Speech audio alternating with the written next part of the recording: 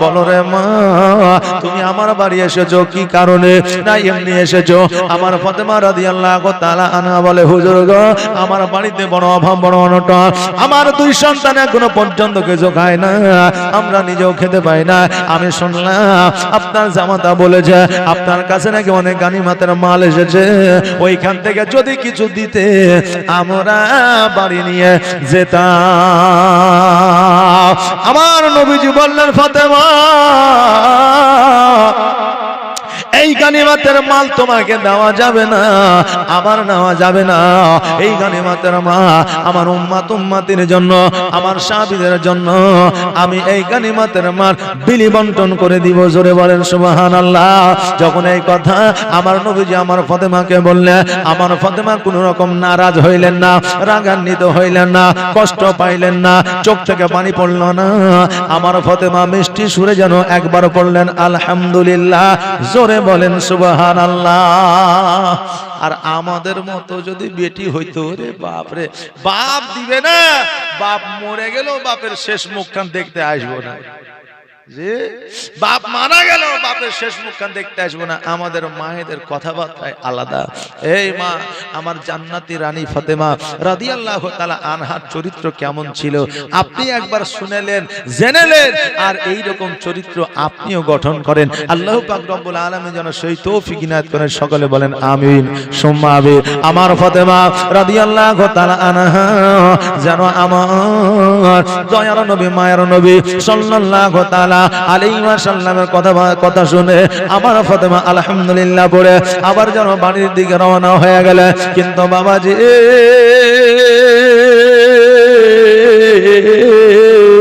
এইদিকে আমার দয়ার নবীর মন তো মানে না। কারণ হইল একটা কন্যা বাবার কাছে চাইবে আর বাবা দিবে না, দিতে পারবে না। এটা কেমন করে কোন বাবা সহ্য করবে? আমার নবীজি দুই চোখের পানি ছেড়ে দিয়ে আল্লাহকে ডাক দিয়ে বলে, আল্লাহ গো, আজকে গানিমাতের মাল আমার ফাতেমাকে দিতে পারলাম না, আমার আলীর বাড়িতে দিতে পারলাম না। ও আল্লাহ, আমার মন তো মানে না। কারণ মা ফাতেমা রাদিয়াল্লাহু তাআলা আনহা আমার নবীজির কলিজার টুকরা ছিল। আমার নবীজি আমার ফাতেমা রাদিয়াল্লাহু তাআলা আনহাকে এত ভালোবাসতেন যে আমার নবী যখনই মসজিদে যাইতে নামাজ আদা করার জন্য ওই আমার ফাতেমার বাড়ির সম্মুখ দিয়ে যাইতে, আমার ফাতেমা ইমাম হাসান হোসাইনকে দেখাও হবে, মসজিদে যাওয়াও হবে। জোরে বলেন সুবহানাল্লাহ। আমার নবীজি বলে, আল্লাহ গো, আমি ফাতেমাকে ফিরায় দিয়েছি, আমি ফাতেমাকে গানিমাতের মাল দিতে পারি না। আল্লাহ, এর একটা ব্যবস্থা আপনি করে দেন। এবার আমার দয়ার নবী, মায়ার নবী সাল্লাল্লাহু তাআলা আলাইহি ওয়াসাল্লাম আমার ফাতেমা রাদিয়াল্লাহু তাআলা আনহার বাড়িতে যেন আপনার পৌঁছে গেলেন। এবার আমার ফাতেমাকে ডাক দিলেন, ফাতেমা, একটু দরওয়াজাটা খুলো রে মা।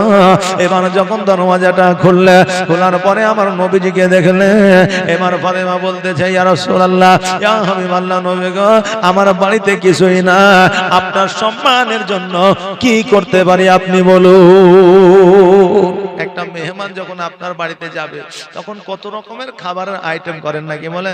আপনার শ্বশুর শাশুড়ি যখন আসবে, শালি শালার যখন আসবে, তখন বাজারে তো খাবার একটাও থাকে না, সব বাড়ি চলে আসে নাকি বলেন? হ্যাঁ, সব বাড়ি চলে আসে। কিন্তু আপনার মেহমান যখন আসবে তো মেহমানের খাতির করা আমার নবীজির সুন্নাত। জোরে বলেন সুবহানাল্লাহ। তা আমার নবীজি এসেছেন, আমার ফাতেমা রাদিয়াল্লাহু তাআলা আনহা বলতেছেন, হুজুর আপনি এসেছেন, আমার বাড়িতে তো কোনো খাবার নাই, আমার বাড়িতে কিছুই নাই, আপনার জন্য কি করতে পারি আপনি বলেন। আমার নবীজি বললেন, ফাতেমা, আমার জন্য কিছুই করতে হবে না, আমার জন্য খাবার তৈরি করতে হবে না, আমার জন্য রং বেরঙের খাবার নিয়ে আসতে হবে না। ও ফাতেমা, তুমি আমার কাছে গিয়েছিলে গানিমাতের মালের জন্য, আমি তোমাকে গানিমাতের মাল আমি দিতে পারি না। ফাতেমা, আজকে তোমার কাছে আমি দুইটা জিনিস নিয়ে এসেছি, তুমি যেটা পছন্দ সেইটা তুমি নিতে পারো। আমার ফাতেমা রাদিয়াল্লাহু তাআলা আনহা বললেন, কি দুইটা জিনিস বলেন? বলে আমার দয়ার নবী মায়ের নবী সাল্লাল্লাহু তাআলা আলাইহি ওয়াসাল্লাম বললেন, ফাতেমা আজকে এক নম্বর হলো গনিমতের মাল তুমি চাইলে নিতে পারো, আমি নবী দেব, আল্লাহ অর্ডার দিয়ে দিয়েছে। ও ফাতেমা দ্বিতীয়ত হলো আমার দরুদ তুমি যদি পড়ো আল্লাহ তোমার বাড়িতে কোনোদিন অভাব দিবে না। এই দোয়াটা আমি নিয়ে এসেছি, তোমার কোনটা চাই বলো বলো। আমার ফাতেমাতুজ জোহরা রাদিয়াল্লাহু তাআলা আনহা বলে, ইয়া রাসূলুল্লাহ ইয়া হাবিবাল্লাহ, নবী গো আমার জগতের আর খাবার চাই না, আমার জগতের আর সম্পদ চাই না, গনিমতের মালও চাই না। নবী গো আজকে আপনার এই দরুদ পড়ে পড়ে আমি আমার জীবন যাপন করে নিব। জোরে বলেন সুবহানাল্লাহ। ভবে ভয় কি আছে আর ভবে ভয় কি আছে আর সাইয়্যিদুল মুরসালিন নবী মোদের জামিনদার ভবে ভয় কি আছে আর ভবে ভয় কি আছে আর সেদিন মাথার উপর সূর্য আসিবে,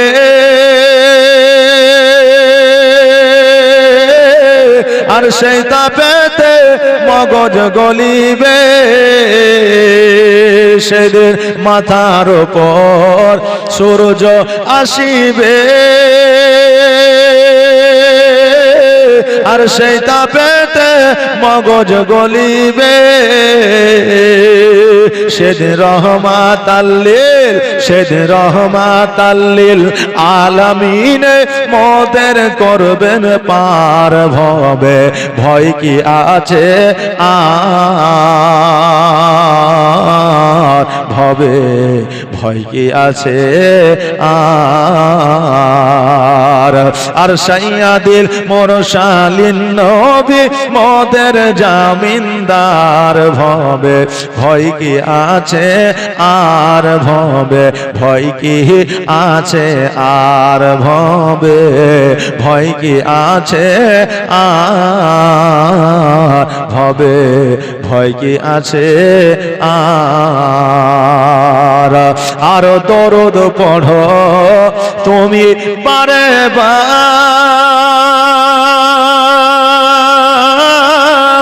আর দরুদের শিলাই হবে পার।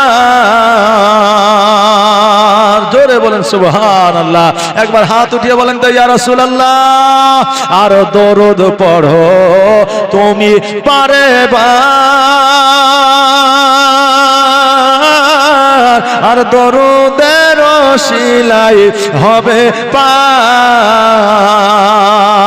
সেদিন পুলসিরাতের, সেদিন পুলসিরাতের রাস্তা হবে খোরের চাইতে ধার ভবে ভয় কি আছে আর ভবে ভয় কি আছে আর ভবে ভয় কি আছে আর ভবে ভয় কি আছে আর। আল্লাহুম্মা সাল্লি আলা মাওলানা মুহাম্মাদ ওয়া আলা আলে মাওলানা মুহাম্মাদ সাল্লাল্লাহু আলা মুহাম্মাদিন। हरदम ज़बां से निकालो पाक नामे मोहम्मद, हरदम ज़बां শফিয়ানা মুহাম্মদ। এ বাবাজি ভাইরা, আমার মায়েরা, আমার নবীজি বললেন, ফাতেমা আজকে তোমার জন্য দুইটা উপহার আমি নিয়ে এসেছি। একটা হলো গানিমাতের মাল, আর একটা হলো দরুদ। তুমি কোনটা নিবা বলো? আমার ফাতেমা রাদিয়াল্লাহু তাআলা আনহা বললে, ইয়া রাসূলুল্লাহ, ইয়া হাবিবাল্লাহ, নবী গো, আমার জগতের কোনো মাল চাই না, সম্পদ চাই না, জগতের কোনো খাবার চাই না, আপনার দরুদ পাইলে আমি ফাতেমা জীবন যাপন করে নিব। জোরে বলেন সুবহানাল্লাহ।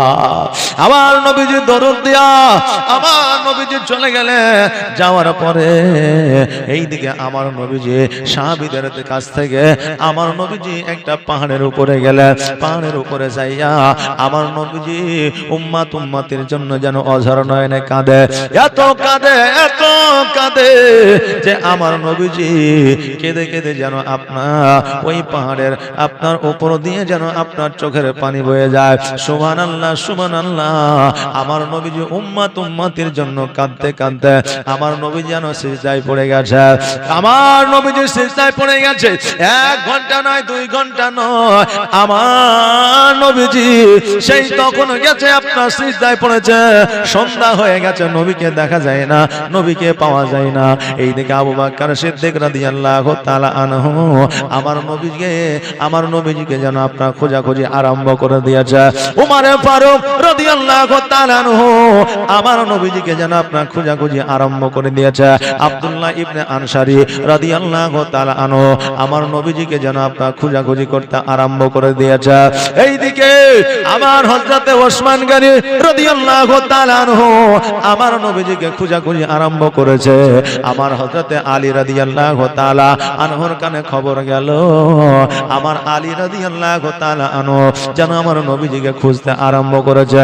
সারা মক্কা মদিনা আমার নবীজিকে খুঁজলে কোন জায়গায় যেন খুঁজে পাওয়া যায় না।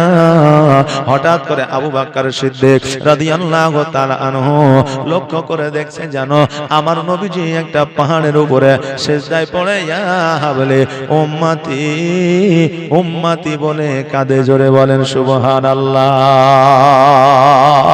এইদিকে খোঁজাখুঁজি আরম্ভ করে দিয়েছে। এইদিকে আমার মা ফাতেমা রাদিয়াল্লাহু তাআলা আনহার কাছে খবর চলে গেছে। আমার মা ফাতেমা রাদিয়াল্লাহু তাআলা আনহা মহিলা মানুষ, বাহির যেন হতে পারে না আমার নবীজিকে খোঁজার জন্য। আমার ফাতেমা অঝর নয়নে আমার নবীজির জন্য কাঁদে। এইদিকে আবু বকর সিদ্দিক আমার নবীর কাছে পৌঁছে যায়, বলে, ইয়া রাসূলুল্লাহ, ইয়া হাবিবাল্লাহ, নবী গো, আপনার ক্রন্দন আমি সহ্য করতে পারি না, আপনি কাঁদলে হুজুর আমিও চোখের পানি বন্ধ করতে পারি না। জোরে বলেন সুবহানাল্লাহ। আমার নবীজি তবু যেন কান্না বন্ধ করে না। আমার আবু বকর সিদ্দিক রাদিয়াল্লাহু তাআলা আনহু বলে, ইয়া রাসূলুল্লাহ, ইয়া হাবিবাল্লাহ, নবী গো, আপনার উম্মতির জন্য আপনি কাঁদেন। আমি আবু বকর জীবনে যত নেকি করেছি, জীবনে যত ভালো কাজ করেছি, আজকে সমস্ত নেকিগুলা আপনার উম্মতিরে দিলাম। জোরে বলেন সুবহানাল্লাহ। তবু যেন আমার নবীজি মাথা মুবারক ঘটায় না, ইয়া হাবলি উম্মতি উম্মতি বলে কাঁদে। আমার আবু বকর সিদ্দিক রাদিয়াল্লাহু তাআলা আনহু ওমর ফারুককে আপনার ডাকে আনলেন। ওমর ফারুকের কাছে খবরটা পৌঁছে দিলেন। ওমর ফারুক আমার নবীজির কাছে আসলে, আসার পরে বলে, হুজুর আপনি উম্মতির জন্য কাঁদেন। আমি জীবনে যত ভালো কাজ করেছি, জীবনে যত নেকি করেছি, সমস্ত নেকিগুলা আপনার উম্মতিরে দিলাম। জোরে বলেন সুবহানাল্লাহ। তবু আমার নবীজি সিজদা থেকে মাথা মুবারক উঠায় না, তবুও যেন আমার নবীজি কান্দে, অঝার নয়নে কান্দে উম্মতির জন্য। আহারে, আজকে আমরা জগতের মানুষ নবীর উম্মত হয়েছে, আজকে নবীর জন্য আমরা একটু কাঁদি না, আজকে নবীকে আমরা স্মরণ করি না, আজকে নবীর কথা আমরা শুনি না। কিয়ামতের দিন যখন আমরাকে জিজ্ঞাসা করবে, আমাদেরকে যখন নবী আমাদের পার করাইবে গো, আমরা নবীর কাছে কেমন করে দাঁড়াইবো? আদম আলাইহিস সালামের কাছে যাব, আদম আলাইহিস সালামকে বলবো, ওগো আল্লাহর পয়গম্বর, আমরা গুনাহগার, আমরা জাহান্নামে হয়েছি, দয়া করে আমাদের জান্নাতে নিয়ে চলে। আদম আলাইহিস সালাম বলবে, না না না, আমি তোমাদের জান্নাতে নিয়ে যেতে পারবো না। আমি যদি জান্নাতে নিয়ে যেতে পারতাম, আমি কবে কাবিলকে জান্নাতে নিয়ে যেতাম। জোরে বলেন সুবহানাল্লাহ। আমার দ্বারা সম্ভব নয়। আমার আদম আলাইহিস সালাম যখন ডান দিকে তাকায় তখন হাসে, বাম দিকে যখন তাকায় তখন কাঁদে। আমার নবীজি মেরাজের রাত্রে গিয়ে জিজ্ঞাসা করেছিল, ও আদম পয়গম্বর, আপনি ডান দিকে তাকাইলে হাসেন, বাম দিকে তাকাইলে কাঁদেন, কারণটা কি? আদম আলাইহিস সালাম বলেছিল, হুজুর, আমি ডান দিকে তাকাইলে আমার জান্নাতি সন্তানদের দেখতে পাই, এই জন্য আমি হাসি। বাম দিকে তাকাইলে আমার জাহান্নামী সন্তানদের দেখতে পাই, এই জন্য আমি কাঁদি। আদম আলাইহিস সালাম বলবে, না না না, আমি তোমাদের জান্নাতে নিয়ে যেতে পারবো না। সকল উম্মতি ইব্রাহিম আলাইহিস সালামের কাছে আসবে। ইব্রাহিম আলাইহিস সালাম বলবে, আমি বাচ্চাদের নিয়ে খেলাধুলা করি, আমি বাচ্চাদের নিয়ে জান্নাতে যাব, আমি বাচ্চাদের নিয়ে বেহেশতে যাব, কিন্তু তোমাদের আমি জান্নাতে নিয়ে যেতে পারবো না, তোমাদের আমি জান্নাতে নিয়ে যেতে পারবো না, আমার দ্বারা সম্ভব নয়। যাও যাও, তোমরা ইসমাইল আলাইহিস সালামের কাছে চলে যাও। ইসমাইল আলাইহিস সালামের কাছে আসবে।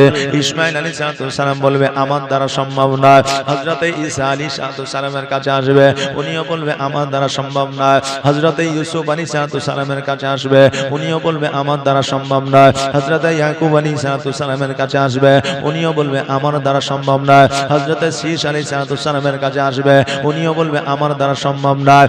সর্বশেষে মুসা কালিমুল্লাহর কাছে যখন পৌঁছে যাবে, আমার মুসা কালিমুল্লাহ বলবেন, শোনো গো, আজকে অন্যান্য পয়গম্বরের কাছে গিয়ে কোনো লাভ হবে না, যাও যাও যাও, আমাদের আখেরি পয়গম্বর জনাবে মুহাম্মদুর রাসূলুল্লাহ সাল্লাল্লাহু তাআলা আলাইহি ওয়াসাল্লামের কাছে চলে যাও।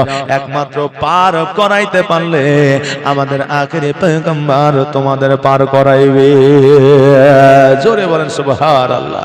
সমস্ত উম্মতি আমার নবীর কাছে হাজির হয়ে যাবে। আমার নবীকে বলবে, হুজুর গো, আপনি কি আমাদের জান্নাতে নিয়ে যেতে পারবেন? কারণ উম্মতের মধ্যে একটা কনফিউজ তৈরি হয়ে যাবে।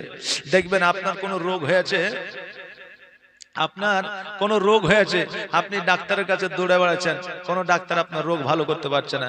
এবার কেউ যখন খোঁজ দিবে, অমুক ডাক্তারের কাছে যাও, তোমার রোগ ভালো হয়ে যাবে। এবার আপনি বলবেন যে আমি তো অনেক টাকা নষ্ট করলাম, এবার এই ডাক্তারের কাছে যদি ভালো না হয়, তা আপনি গিয়ে হয়তো বলবেন যে আমার রোগ ভালো হবে। তো এই জন্য উম্মতিরা অনেক পয়গম্বরের কাছে যাবে, কেউ জাহান্নাম থেকে জান্নাতে নিয়ে যেতে পারবে না। আমার নবীজিকে বলবেন, হুজুর গো, আপনি কি আমাদের জান্নাতে নিয়ে যেতে পারবে? আমার নবীজি বলবেন, আনাহা লাহা, আমি অবশ্যই তোমাদের জান্নাতে নিয়ে যাব। আমার নবীজি সমস্ত উম্মতিদের পুলসিরাত পার করাইবে। আমার নবীর ইশারা, ওই পুলসিরাত যেন চওড়া হয়ে যাবে, সকল উম্মতি পার হয়ে যাবে। এবার উম্মতি পার হয়ে যায়, বলবে, হুজুর, আমাদের বড় পিপাসা লেগেছে, কলিজা যেন আমাদের শুকায় গেছে, একটু পানি কি দিতে পারবে? একটু পানি পান করব। আমার নবীজি বলবে, শোনো উম্মতি, তোমরা কি দুনিয়ার মধ্যে পড়ো না? তোমরা কি দুনিয়ার মধ্যে শোনো না? ইলাফি কুরাইশ ইলাফি রিহলাতাশ শিতাই ওয়াশ শাইফ ফালিয়াবুদু রাব্বা। তোমরা কি দুনিয়ার মধ্যে পড়ো নাই? ইন্না আতাইনাকাল কাউসার ফাসাল্লি লিরাব্বিকা ওয়ানহার ইন্না শানিয়াকা হুয়াল আবতার। তোমরা কি দুনিয়ার মধ্যে পড়ো নাই, আমাকে আল্লাহ পাক রব্বুল আলামিন কাউসার দান করেছে, আর এই কাউসারের মালিক আমাকে বানিয়েছে। জোরে বলেন সুবহানাল্লাহ। আমি যাকে খুশি কাউসার দিতে পারে। আমার নবীজি কাউসারে পানি পান করাইবে, যেই পানিটা মধুর চাইতেও মিষ্টি বেশি, যেই পানিটা আপনার বরফের চাইতেও শীতল বেশি, যেই পানিটা দুধের চাইতেও সাদা বেশি, যেই পানিটা একবার পান করিলে কিয়ামত পর্যন্ত পিপাসা লাগবে না। জোরে বলেন সুবহানাল্লাহ। ওই নবী আমাদের জন্য কত কেঁদেছে, এখনো পর্যন্ত সোনার মদিনায় কাঁদছেন গো। আর আমরা নবীর উম্মতি হইয়া আমার নবীকে স্মরণে আনি না, আমার নবীর কথা মোতাবেক মোতাবেক চলি না, আমার নবীর পথের পথিক আমরা হইতে পারি না। আমার নবী উম্মাত উম্মতির জন্য কাঁদে। হযরত আলী রাদিয়াল্লাহু তাআলা আনহু গিয়া বলে, হুজুর গো, আপনি আর কাঁদিয়েন না, কারণ আপনার কান্না আমরা সহ্য করতে পারি না।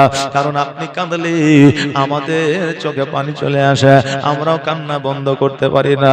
নবী গো, আমি আলী জীবনে যত নেকি করেছি, জীবনে যত ভালো কাজ করেছি, এই ভালো কাজ করার জন্য, এই ভালো কাজের বাদৌলাতে আমার আল্লাহ আমার নেকির খাতায় যত নেকি লিপিবদ্ধ করেছে, সমস্ত নেকিগুলো আপনার উম্মত উম্মতিদের দিয়ে দিলাম। জোরে বলেন সুবহানাল্লাহ। বাবা যে ভাইরা, তবুও যেন আমার নবীজি সিজদা মুবারক থেকে মাথা উঠায় না। হযরত ওসমান গনি আসিয়া বলে, হুজুর, আজকে আবু বকর সিদ্দিকের নেকিগুলো দিয়ে দিয়েছে, ওমর ফারুক রাদিয়াল্লাহু তাআলা আনহুর নেকিগুলো দিয়ে দিয়েছে, হযরত আলী রাদিয়াল্লাহু তাআলা আনহুর নেকিগুলো দিয়ে দিয়েছে। হুজুর গো, আজকে আমি ওসমান গনি, আমারও নেকিগুলো আমি দিয়ে দিলাম আপনার উম্মত উম্মতিদের জন্য। জোরে বলেন সুবহানাল্লাহ। হুজুর এবার সিজদা থেকে মাথা উঠান, আমার নবী যেন কর্ণপাত করে না, সিজদা থেকে মাথা উঠায় না। ইয়া হাবলি উম্মতি উম্মতি বলে কাঁদে। শুধু এই চার সাহাবী নয়, অন্যান্য সাহাবীরাও সমস্ত নেকিগুলো উম্মত উম্মতিদের মধ্যে দিয়েছিলেন, তবুও যেন আমার নবীজি সিজদা থেকে মাথা উঠায় না। এইদিকে আমার ফাতেমা রাদিয়াল্লাহু তাআলা আনহা আর যেন আপনার সহ্য করতে না পেরে নবীকে পাইল কিনা এটা দেখার জন্য আমার ফাতেমা যেন বাইর হয়েছে। আমার ফাতেমা যেন আমার নবীজিকে খোঁজা খুঁজে আরম্ভ করে দিয়েছে। জোরে বলা যাবে না সুবহানাল্লাহ। দয়ার নবী বিনে প্রাণ বাঁচে না, একবার দেখাও না আমার। দয়ার রাসূল বিনে প্রাণ বাঁচে না, একবার দেখাও না আমার। ওরে মরু বলি তোরে, দয়ার নবী কি গিয়াছেন তোর উপরে। ওরে মরু বলি তোরে, দয়ার নবী কি গিয়াছেন তোর উপরে। মোর বলে গিয়াছে শত, মোর বলে গিয়াছে শত, কিন্তু নবীর পায়ে রেখা কেন পড়ে না। দয়ার নবী বিনে প্রাণ বাঁচে না, একবার দেখাও না আমার। দয়ার রাসূল বিনে প্রাণ বাঁচে না, একবার দেখাও না আমার। ওরে রাখাল শোনো তো ভাই, দয়ার নবীজি আমার গিয়াছেন কোথায়। ওরে রাখাল শোনো তো ভাই, দয়ার নবীজি আমার গিয়াছেন কোথায়। রাখাল বলে বুঝি না নবী, রাখাল বলে চিনি না নবী, রাখাল বলে জানি না নবী। তোমরা নবী কারে কও, দয়ার নবী বিনে প্রাণ বাঁচে না, একবার দেখাও না আমার। দয়ার রাসূল বিনে প্রাণ বাঁচে না, একবার দেখাও না আমায়। আল্লাহুম্মা সাল্লি আলা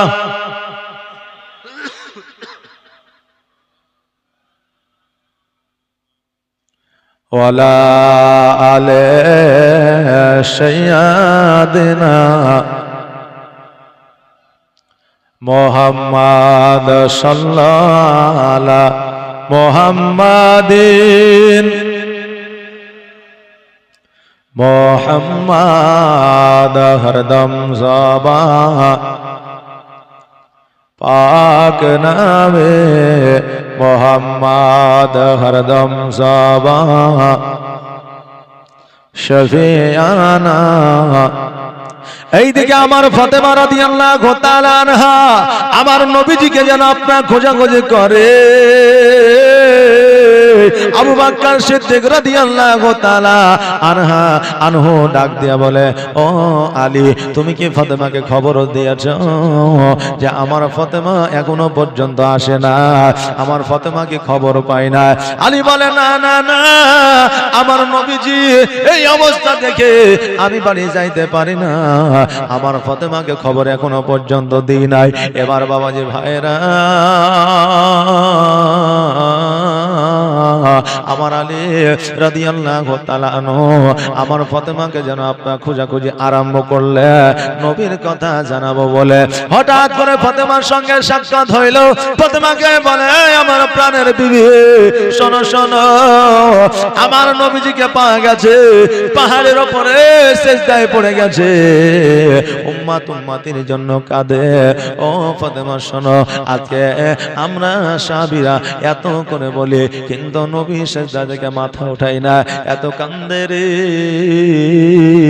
আমরা যেন সহ্য করতে পারি না।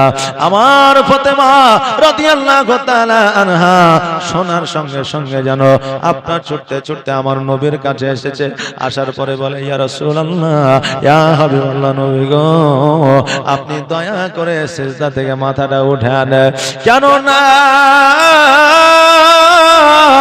আপনি সিজদা থেকে যদি মাথাটা উঠে না আমি ফাতেমা সহ্য করতে পারি না গো নবী, আমার দুই চোখ দিয়ে যেন অশ্রু ঝরে যায়, আমি যেন আপনার কান্না সহ্য করতে পারি না, কারণ আপনি কাঁদলে আমারও কান্না পেয়ে যায়। নবী গো,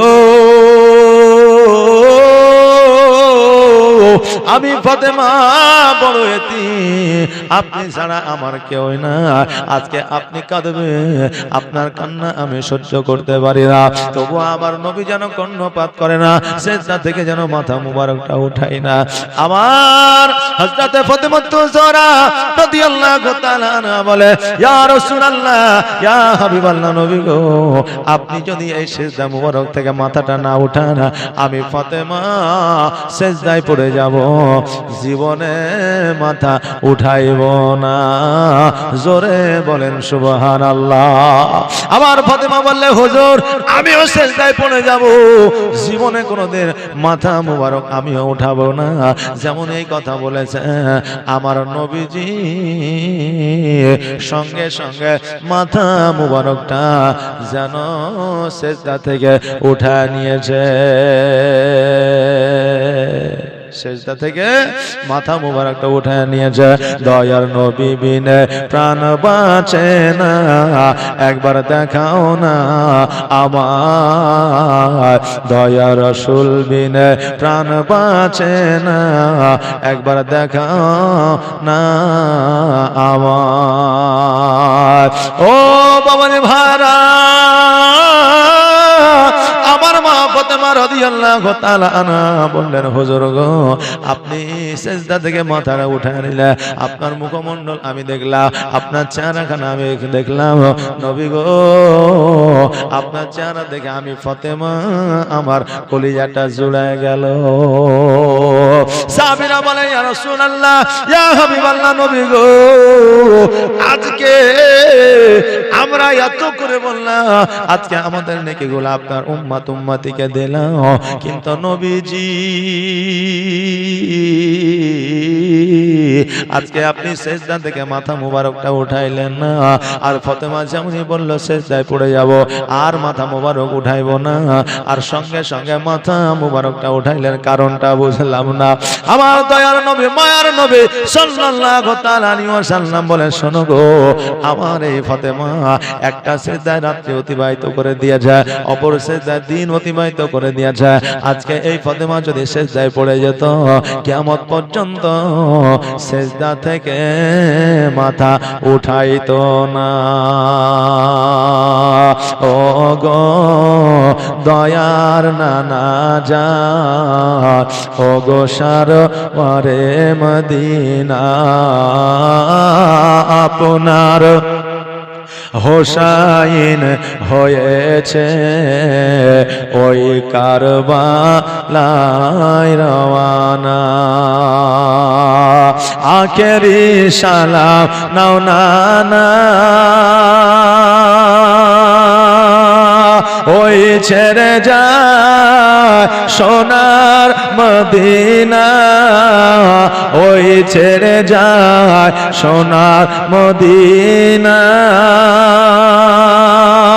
আখেরি সালাম নাও নানা ওই ছেড়ে যায় সোনার মদিনা, ওই ছেড়ে যায় সোনার মদিনা। প্রাণ ভরে দেখে নাও নানা, প্রাণ ভরে দেখে নাও নানা, দেখা যে আর হবে না। ও গো দয়ার নানা জান, ও গো সরওয়ারে মদিনা। ওই ভাইজান ইমাম হাসান ছিল আমার জানের জান, ছিল আমার জানের জান। ওই ভাইজান ইমাম হাসান ছিল আমার জানের জান, ছিল আমার জানের জান। সে যে চলে গিয়েছে, সে যে চলে গিয়েছে, একা আর ভালো লাগে না। ও গো দয়ার নানা জান, ও গো সরওয়ারে মদিনা। আপনার হোসাইন হয়েছে ওই কারবালায় রওয়ানা। ওই দিন ইসলামের খাতিরে ওই কোরআন বাঁচাবার তরে, ওই কোরআন বাঁচাবার তরে, ওই দিন ইসলামের খাতিরে ওই কোরআন বাঁচাবার তরে, ওই কোরআন বাঁচাবার তরে। খোদার রাহে কাটাবো, খোদার রাহে কাটাবো আমার এ গলা খানা। ও গো দয়ার নানা জান, ও গো সরওয়ারে মদিনা। আপনার হোসাইন হয়েছে ওই কারবালায় রওয়ানা। আল্লাহুম্মা সাল্লি আলা মাওলানা মুহাম্মদ ওয়া আলা আলে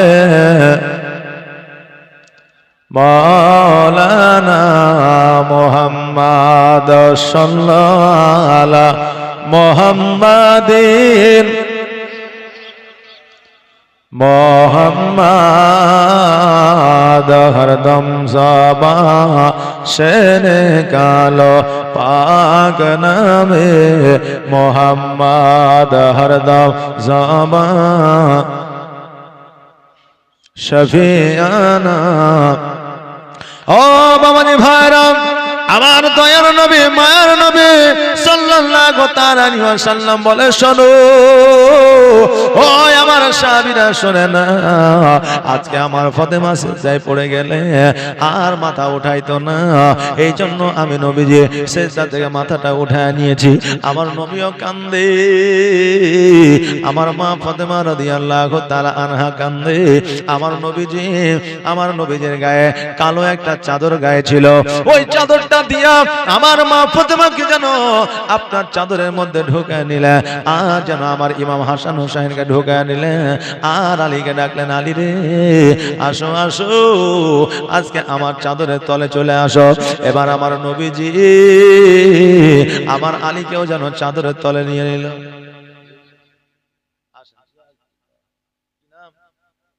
ফজল শেখ সুবহানাল্লাহ দেখেন ফজল শেখ 250 টাকা দান করেছে আল্লাহ যেন দানকে কবুল করেন সকলে বলেন আমিন সুম্মা আমিন যে আশায় যে নিয়তে দান করেছে আল্লাহ যেন তার নিয়তকে তার আপনার আশাকে যেন পূরণ করেন সকলে বলেন আমিন সুম্মা আমিন যোগ্য বাপের যোগ্য সন্তান এখানেতে ছিল আর ছিল কিনা ছিল এই দেখো দানে বুঝা গেল বাপজি ভাইরা আমার নবীজি ইমাম হাসান হোসেন আমার মা ফাতেমা আমার হযরতে আলী রাদিয়াল্লাহু তাআলা আনহুকে যেন আপনার চাদরের ছায়া তলে নিলে আর বলে দিলেন শোনো আমার সাহাবীরা এরা হলো আমার আহলে বায়াতের লোক এদেরকে যারা ভালোবাসবে আমি নবী আমাদেরকে ভালোবাসা হবে আমি নবী আমাকে ভালোবাসা হবে যদি এদেরকে ভালোবাসে আজকে বাবাজি ভাইরা আজকে ইমাম হাসান হোসেনকে আমার আল্লাহ এত পাওয়ার দিয়ে ইমাম হাসান হোসেনকে যারা ভালোবাসবে তারা যেন নবীকে ভালোবাসলো ইমাম হাসান হোসেনকে যারা মানলো না তারা যেন নবীকে মানলো না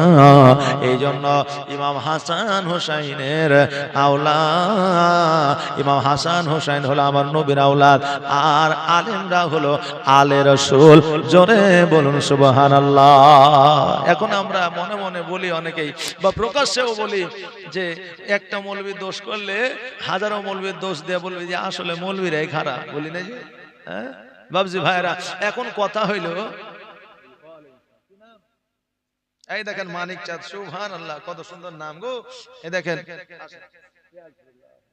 এই দেখেন মানিক চাঁদ চাচা আমার 300 টাকা দান করেছে আল্লাহ যেন দানকে কবুল করেন সকলে বলেন আমিন সুম্মা আমিন একবার আওয়াজ দিয়ে বলেন আমিন সুবহানাল্লাহ এই দেখেন আমরা বলে থাকি কিন্তু আমরা কি এতটুকু খেয়াল রেখেছি যে এই আলেমরাই খারাপ বললে আমরা কত বড় গুনাহগার হয়ে যায় জি আলেম হচ্ছে এক বচন আলেমরা হচ্ছে বহু বচন নাকি বলে হ্যাঁ তো আমরা একজন আলিমের জন্য আর অন্যজন আলিমকে যখন আমরা খারাপ বলি তো এই আলিম শব্দের অর্থ যারা ইলম হাসিল করে তাদেরকে আলিম বলে তা আমার হযরত আবু বকর সিদ্দিকও ইলম হাসিল করেছিলেন ওমর ফারুকও ইলম হাসিল করেছিলেন আপনার হযরত আলী উনিও ইলম হাসিল করেছিলেন ওসমান গনি উনিও ইলম হাসিল করেছিলেন আমার হযরত ইমাম হাসান ও হোসেন রাদিয়াল্লাহু তাআলা আনহু উনিও ইলম হাসিল করেছিলেন ইমাম হাসান ও হোসেন ইলম হাসিল করেছিলেন বড় পীর আব্দুল কাদের জিলানী ও গিলানী রাহমাতুল্লাহ আলাইহি উনিও ইলম হাসিল করেছিলেন খাজা মাইনুদ্দিন চিশতি রাহমাতুল্লাহ আলাইহি উনিও ইলম হাসিল করেছিলেন নিজামউদ্দিন আউলিয়া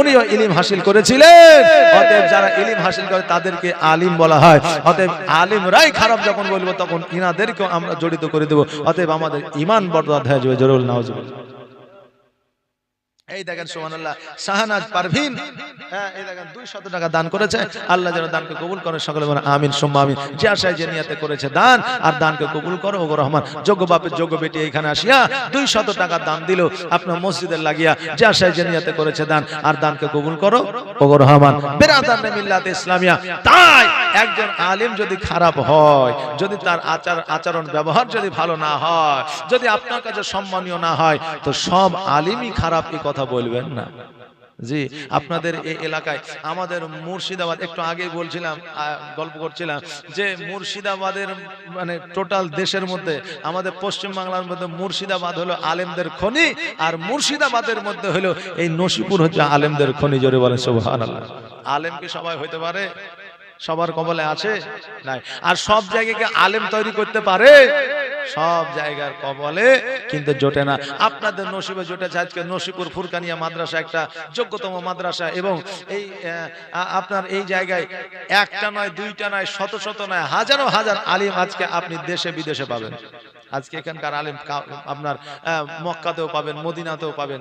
হ্যাঁ, তাই বলে মক্কা মদিনায় ইমামতি করছে এটা আবার ভাবিয়েন না, কারণ ওখানেও পাবেন। আজকে আপনি কলকাতাতেও পাবেন, আজকে মালদায় পাবেন, আজকে উত্তর দিনাজপুর, দক্ষিণ দিনাজপুর, বাঁকুড়া, বর্ধমান সব জায়গাতে আপনি পাবেন। জি, যেখানে যাবেন সেখানে ফুরকানিয়া মাদ্রাসার ছাত্র আপনি পাবেন। তাহলে আপনারা মনে করেন যে আপনাদের এই দেশটার মানে কতটা নসিব, এটা কি ভেবেছেন? কিন্তু আহা, আমাদের কি বলবো, আমাদের ছেলেদের আমরা একটা পাঠাতে পারলাম না, নাকি বলেন? আমাদের ছেলে পাঠাতে পারলাম না। বাবাজি ভাইরা, যতই শিক্ষা দেখ, ভুল আমাদের হবে। একটা মুসল্লি নতুন নামাজ ধরেছে, বুঝলেন? এবার নতুন নামাজ ধরেছে, তো ইমাম সাহেব নামাজ পড়ার পরে কি জানো হাত লড়াই আর গনে। তো এখন ওর মনে চিন্তা ভাবনা যে নামাজ ফিরাই, সালাম ফিরাইলে আঙুল গলতে লাগে, কারণটা কি? এটা আবার কি বলে দেখবেন, অনেকেই তসবিহ জানেই না, এমনি শুধু ঠোঁট লড়াই, এমনি শুধু লড়াই, কোনো কাজ নাই। যত এদিক ওদিক তাকাবে আর দেখবে, আর ও যতক্ষণ গণবে আমিও গণবো, কিন্তু ও তো সুবহানাল্লাহ সুবহানাল্লাহ, আল্লাহু আকবার আল্লাহু আকবার, আলহামদুলিল্লাহ বলছে, আর কিছুই বলে না, শুধু ঠোঁট লড়াই যাবে, বুঝলেন না? হ্যাঁ, তো এবার ও বলছে যে ইয়ারা কি বলছে আমারও জানা দরকার। তো ইমাম সাহেব বলছে, হুজুর এই যে আপনারা আঙুলটা গনেন, তো কিসের লাগা গনেন আর কি বুলা গনেন? তো বলছে এটা গনলে নেকি হয়। বলে কি গনেন? বলে আল্লাহু আকবার, সুবহানাল্লাহ, আলহামদুলিল্লাহ। হ্যাঁ, সুবহানাল্লাহ 33 বার, আলহামদুলিল্লাহ 33 বার, আল্লাহু আকবার 34 বার আমরা গনি। বলে তাই? তো ঠিক আছে, তাহলে আমিও গনবো। বলে হ্যাঁ অবশ্যই গনবেন। ওকে বুঝিয়ে দিয়েছে, বলে দিয়েছে, ও মুখস্থও করে নিয়েছে। পরের দিন নামাজে ফজরে যায়, হ্যাঁ সবাই গনছে আর ও গনছে। এবার ও 33 বার সুবহানাল্লাহ পড়েছে, 33 বার আলহামদুলিল্লাহ পড়েছে, আল্লাহু আকবার কিন্তু 36 বার পড়ে দিয়েছে। এবার ও জানে যে 34 বার পড়তে হয়, আর আমি 36 বার পড়ে দিয়েছি, তার মানে ভুল হয়েছে নাকি? এখন আমরা রাস্তা দিয়ে চলতে চলতে যদি আমাদের রাস্তা ভুলে যায়, রাস্তা ভুলে গেল, আবার যদি চলতে চলতে উঝুট লেগে যায়, আমরা আমাদের এই আওয়াজ গিলা করে আমাদের ভুল সংশোধন করি না? হ্যাঁ, মাথায় টুপি নাই, পকেটে টুপি আছে, পকেটে টুপি হাতি দিচ্ছে না, মাথায় হাত দেওয়া, হারে টুপি, হারে টুপিটা কোন জায়গায় গেল রে? এই যে একটা শব্দ আমাদের আছে ভুল হইলে, বুঝলেন? হ্যাঁ, তো ও চিন্তা করছে আমার তো ভুল হয়ে গেল, তো তাইলে এই ভুলটা কি করে সংশোধন করা যায়?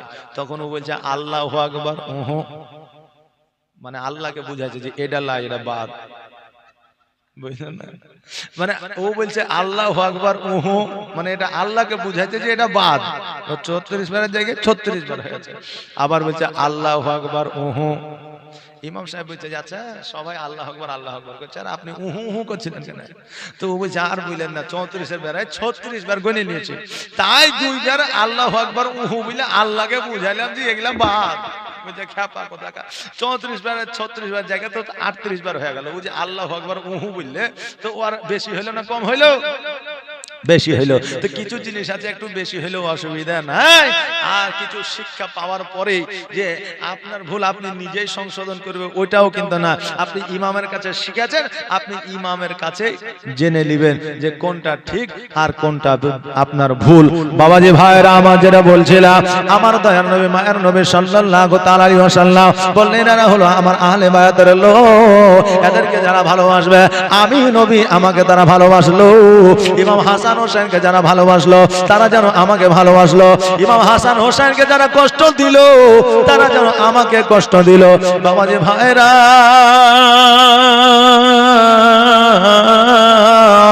আমার মা ফাতেমা রাদিয়াল্লাহু তাআলা আনহা আমার নবীজির কাছে কাঁদিয়া কাঁদিয়া বলে হুজুর গো, আজকে আমাকে আল্লাহ এত গরিব কেন বানিয়েছে? ওগো নবীজি, আজকে আমাদের বাড়িতে এত অভাব কেন? আজকে আমাদের বাড়িতে কেন খাবার জোটে না? আমরা তো আল্লাহর উপাসনা করি, ইবাদত করি, আজকে আমার ইমাম হাসান হোসেনকে কেন খেতে দিতে পারি না? আমার নবীজি বলে ফাতেমা তুমি চোখ দুটা বন্ধ করো রে মা। আমার ফাতেমা রাদিয়াল্লাহু তাআলা আনহা চোখ দুটা বন্ধ করে যায়। এবার কিছুক্ষণ পরে বলে ফাতেমা তুমি চোখটা খোলো। এবার চোখ দুটা খুললে আমার নবীজি বললে ফাতেমা তুমি কি দেখলা? আমার ফাতেমা রাদিয়াল্লাহু তাআলা আনহা বলে ইয়া রাসূলুল্লাহ ইয়া হাবিবাল্লাহ, নবী গো আমি যখন চোখ দুটা বন্ধ করলাম আমি দেখলাম আমার পায়ের তল দিয়া হীরা মণি মুক্তা যেন গড়া যায়, আর আপনি যেন বলেন ফাতেমা একটা উঠে নাও, একটা উঠে বানায় নিলে তোমার জীবনে আর অভাব অনটন আসবে না, তোমার বাড়িতে খাবারের অভাব হবে না, তোমার বাড়িতে অট্টালিকায় পরিণত হয়ে যাবে। ও ফাতেমা, একটা মণিমুক্তা হীরা তুমি উঠালে, কিন্তু একটা কথা তুমি শুনে নাও, এই হীরা মণিমুক্তা তুমি যদি উঠালে তুমি জান্নাতে রানী হতে পারবে না। এই জন্য হবে না, কারণ হইল কাল কিয়ামতের দিন সাধারণ মানুষরা প্রশ্ন করবে, সাধারণ মানুষ জিজ্ঞাসা করবে, আল্লাহ গো আজকে আমরা কত কষ্টে আমরা জীবন যাপন করেছি, আজকে কত কষ্টে আমরা দিন অতিবাহিত করেছি, কিন্তু ফাতেমা রাদিয়াল্লাহু তাআলা আনহা এত সুখে জীবন যাপন করার পরেও জান্নাতের কেমন করে রানী হয়। ও ফাতেমা, একটা হীরা মণিমুক্তা তুমি উঠালে। আমার ফাতেমা রাদিয়াল্লাহু তাআলা আনহা বলেছিল, ইয়া রাসূলুল্লাহ, ইয়া হাবিবাল্লাহ, আমার সোনার দরকার নাই, মণিমুক্তা দরকার নাই, আমার অট্টালিকা দরকার নাই, নবী গো আমি এত কষ্ট করে জীবন যাপন করব, কিন্তু আমার জগতের কোনো ইয়াশ আরামের প্রয়োজন নাই, ইয়াশ আরামের প্রয়োজন নাই। কিন্তু আমাদের জগতে কিছু সুদখোর ঘুষখোর আছে, যারা যদি ওদেরকে বুঝাতে যায় যে ভাই ঘুষ খায়েন না, সুদ খায়েন না, কারণ কবরে আপনাকে ছেড়ে দিবে না আর আপনার স্থান হবে জাহান্নামে, ও বলবে মরার পরে আমার বুকের উপর দিয়ে ট্রেন চালিয়ে দেখবে, অসুবিধা নেই, কিন্তু সুদ খাওয়া ছেড়তে পারবে না। কিন্তু সুদ খাওয়া ছেড়তে পারবো না, এইরকম প্লেয়ার জগতের মধ্যে আছে বাপ। কিন্তু আপনার বুকের উপর দিয়ে ট্রেন, জগতের ট্রেন চলে গেলে একবারে চলে গেল, আপনি মরে গেলেন, গল্প শেষ। কিন্তু ওই কবরে বারবার যাবে আর বারবার আপনি জিন্দা হবেন, জোরে বলেন সুবহানাল্লাহ। ওই কবরে আপনাকে পুজোর মধ্যে, রক্তের মধ্যে ফেলে দেওয়া হবে। আপনি যখনই কিনারাতে আসবেন, আপনার মাথার উপরে আপনার পাথরের আঘাত করা হবে, আর ওই পাথরের আঘাতে আপনার মাথাটা চূর্ণ বিচূর্ণ হয়ে গিয়ে আবার ওই পুজোর আপনি সাগরে গিয়ে পড়বেন, জোরে বলেন সুবহানাল্লাহ। অতএব জগৎটা আমাদের মনে হয় যে টাকা পয়সা আসলেই, সে হালালের পথে হোক আর হারামের পথে হোক, আমাদের টাকা পয়সা আসলেই মনে হয় যে আমাদের খুব সুখ, কিন্তু না, জগতে যত টাকা থাকবে তত আপনার হিসাব বাড়বে, জোরে বলেন সুবহানাল্লাহ। কারণ একজন ছাত্র শিক্ষককে জিজ্ঞাসা করলেন, হুজুর গরিবের কেমন বিচার হবে আর বড় লোকদের, ধনীদের বিচার কেমন হবে? এখন ছাত্র প্রশ্ন করেছে, শিক্ষক যদি প্র্যাকটিক্যালে বুঝায় তাহলে একটু ভালো করে বুঝাতে পারবে না, পারবে না? যে প্র্যাকটিক্যালে বুঝালে একটু ভালো করে বুঝতে পারবে। বলে আমার পকেটে 100 টাকা আছে, নিয়ে 100 টাকা নিয়ে আসা হলো। এবার 10টা ছেলেকে টাকাটা ভাগ করে দিচ্ছে, একজনকে 20 টাকা দিল, একজনকে 10 টাকা দিল, একজনকে 15 টাকা দিল, একজনকে 2 টাকা দিল, এইভাবে 100টা টাকাকে ভাগ করে দিল। যেই ছেলেটা প্রশ্ন করেছিল তাকে মাত্র 1 টাকা দিল। ওর তো খুব রাগ যে 100 টাকার মধ্যে ওকে 20 টাকা দিলে, ওকে 10 টাকা, ওকে 15 টাকা, আমি প্রশ্ন করলো আমাকে দিয়ে টাকা আনা করলেন, আমাকে 1 টাকা।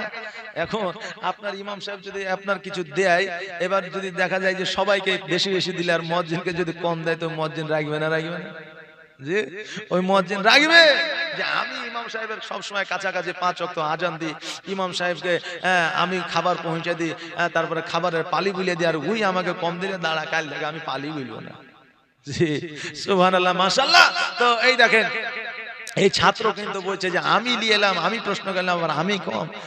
মনটা ভারী করে ও দোকানে গেছে, 1 টাকায় একটা চকলেট পেয়েছে, চকলেটটা খেয়ে দে ও বাড়িতে মাদ্রাসায় এসে চুপচাপ বসে আছে। আর এইদিকে যারা 10 টাকা, 15 টাকা, 20 টাকা পেয়েছে, তারা কিন্তু মজ মস্তি করে খুব খেয়ে বেড়েছে, কথা বুঝলেন?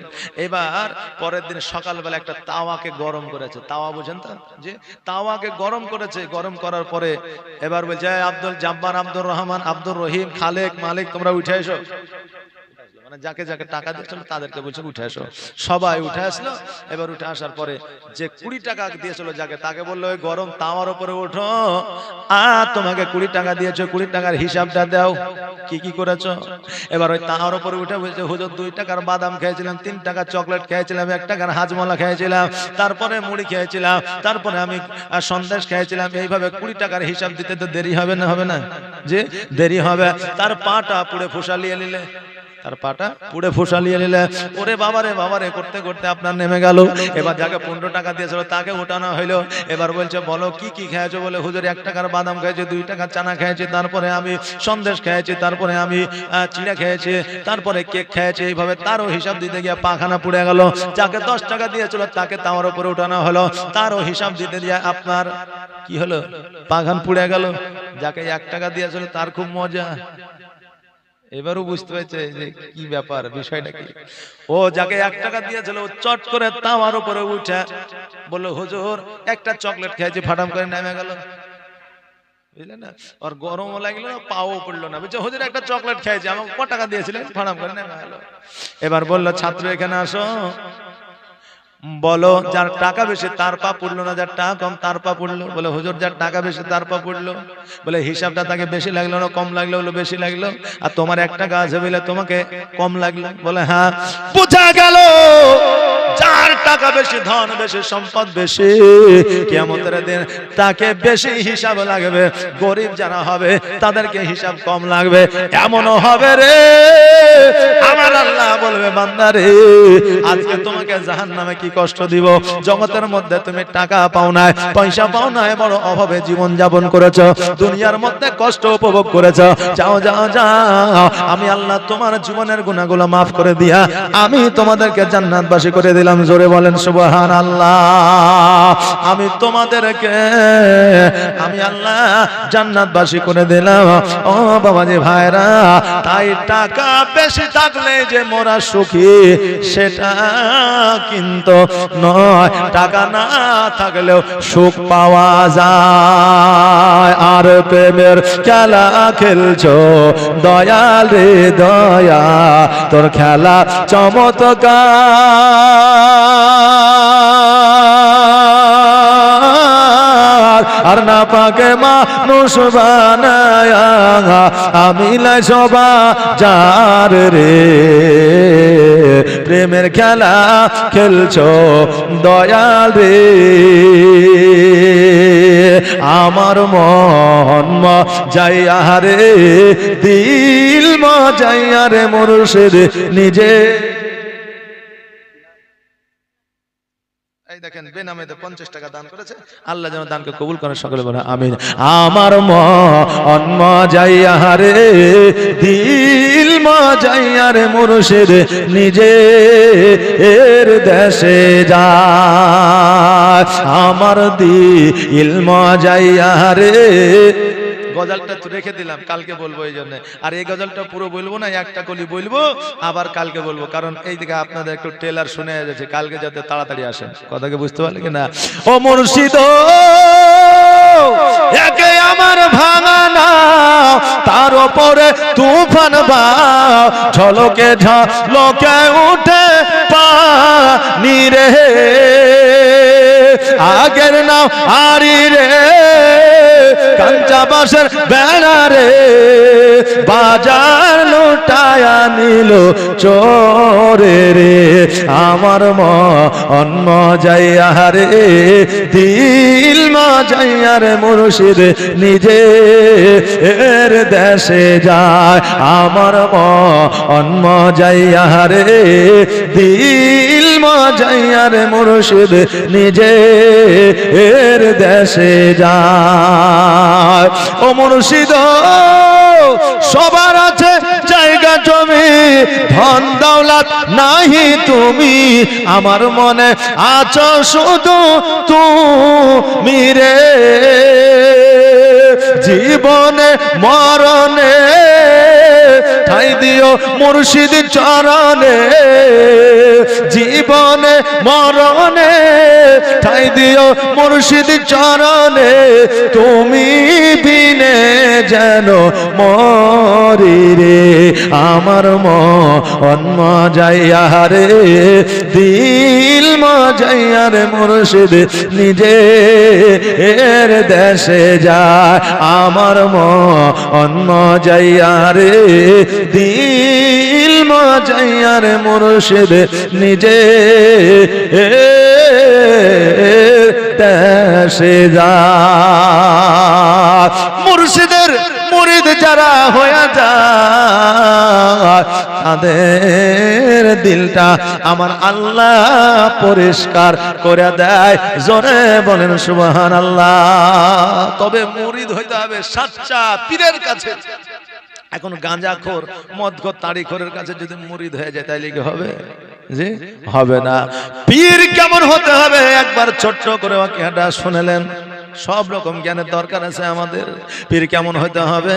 আরবে যখন মাজার গুলো ভেঙে দিল, আরবে মাজার যখন ভেঙে দিল, এবার ভারতবর্ষের তখন সরকার ছিল, বাদশা তখন রাজত্বের আমল ছিল, তখন বাদশা ঔরঙ্গজেব ছিল। ওই বাদশা ঔরঙ্গজেব বলল আমিও মাজার গুলো ভেঙে দিব। ওই বাদশা ঔরঙ্গজেব সেনাপতি নিয়ে আমার খাজা মাইনুদ্দিন চিশতি রহমাতুল্লাহ আলাইহির দরবারে পৌঁছে গেল আর বলল এই মাজারটা ভেঙে দেব। সেনাপতি বলল হুজুর গো, আপনি যে মাজারটা ভাঙবেন, এই মাজারটা যে আপনি ভাঙবেন, কারণ ভারতবর্ষের রাজা ও মহারাজা হলো খাজা মাইনুদ্দিন চিশতি রহমাতুল্লাহ আলাইহি। আজকে উনার মাজার ভাঙলে আপনার ক্ষতি হয়ে যাবে, কারণ উনি মুর্দা নয়, এখনো পর্যন্ত জিন্দা। জোরে বলেন সুবহানাল্লাহ। বাদশা ঔরঙ্গজেব বলে যদি এই পীর যদি জিন্দা হয় আমি কথা দিলাম এই মাজারটা আমি ভাঙবো না। এবার মাজারের ভিতরে গেল, যাওয়ার পরে সালাম দিলেন আসসালামু আলাইকুম ইয়া আহলাল ইয়া ওলি আল্লাহ। জোরে বলেন সুবহানাল্লাহ। প্রথম সালাম দিলেন, সালামের উত্তর আইলো না। এখন আমাদের মুসলমান ঘরের ছেলেরা এবং মেয়েরা সালাম তো দিতে জানে না। সালাম আছে না নাই? মাজারের সামনে দিয়ে গেলে আসসালামু আলাইকুম ইয়া ওলি আল্লাহ, কবরস্থানে পাঁজরে দিয়ে গেলে বলে আসসালামু আলাইকুম ইয়া আলাল কুবুর, সামনাসামনি জিন্দা মানুষ সঙ্গে দেখা হলে আসসালামু আলাইকুম ওয়া রাহমাতুল্লাহি ওয়া বারাকাতুহু সালাম দিতে হয়। এখন আমাদের যুবকেরা জানে না, কবরস্থানের পাশে দিয়ে মাজারের পাশে দিয়ে গেলে এমনি করে করে না। অনেক মুসলমান যুবক যুবতীরা করে, এগুলো হচ্ছে ফ্যাশন। এখন বর্তমানে এখন যারা স্টুডেন্ট তাদের কাছে এটা ফ্যাশন হয়ে গেছে। মাজারের পাশে দিয়ে গেলে এমনি করে, কবরস্থানের পাশে দিয়ে এমনি করে। আচ্ছা এই রকম তুমি কি হিন্দু ধর্মে আছো নাকি না খ্রিস্টান ধর্মে আছো যে তুমি মাজার দেখলে আর কবর দেখলে তুমি কপালে মুখে আর বুকে তুমি চুম্বন করবা? সালাম আছে তোমার জন্য, তুমি শিখে নাও ইমামের কাছে কখন কোথায় সালাম দিতে হবে। বাপজি ভাইরা আমার বাদশা ঔরঙ্গজেব সালাম দিলেন আসসালামু আলাইকুম ইয়া ওলি আল্লাহ, সালামের উত্তর আসলো না। দ্বিতীয়বার সালাম দিলেন আসসালামু আলাইকুম ইয়া ওলি আল্লাহ, দ্বিতীয়বার সালামের উত্তর আসলো না। তৃতীয়বার সালাম দিলেন আসসালামু আলাইকুম ইয়া ওলি আল্লাহ, তৃতীয়বারে সালামের উত্তর আসলো ওয়া আলাইকুম আসসালাম ওয়া রাহমাতুল্লাহ। জোরে বলেন সুবহানাল্লাহ।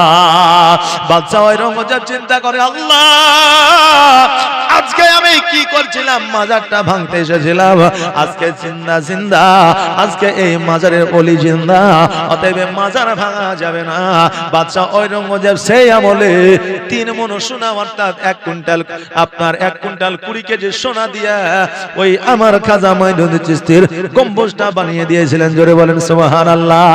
ওই গম্বুজটা এখনকার সরকার তখনকার সরকারের দেওয়া নয়, কোন বেধর্মিকের দেওয়া নয়। ওই গম্বুজটা আমার হযরতে আপনার বাদশা ঔরঙ্গজেব আপনার লাগায় দিয়েছিল। ওই যে আপনার ওলির নিগায় গেল, নিজের জীবনকে পরিবর্তন করে নিয়েছিলেন। শুধু নিজের জীবনকে পরিবর্তন করে নিয়ে উনিও একজন আল্লাহর ওলি হয়ে গিয়েছিলেন। জোরে বলেন সুবহানাল্লাহ। তো এইরকম ওলির নিগাহে যেতে হবে, যারা খাস আল্লাহর ওলি, আসলে আল্লাহর ওলি, তাদের নিগাহে যেতে হবে, তবে আমার জীবন পরিবর্তন করতে পারবো, নচেত আমার জীবন পরিবর্তন করতে পারবো না। আল্লাহ পাক রব্বুল আলামিন যেন সেই তৌফিক দান করেন। সকলেই বলেন আমিন সুম্মা আমিন। যাই হোক বাবাজি ভাইরা, এখনো 2 দিন বাকি আছে, আপনারা সকালে সকালে আসবেন।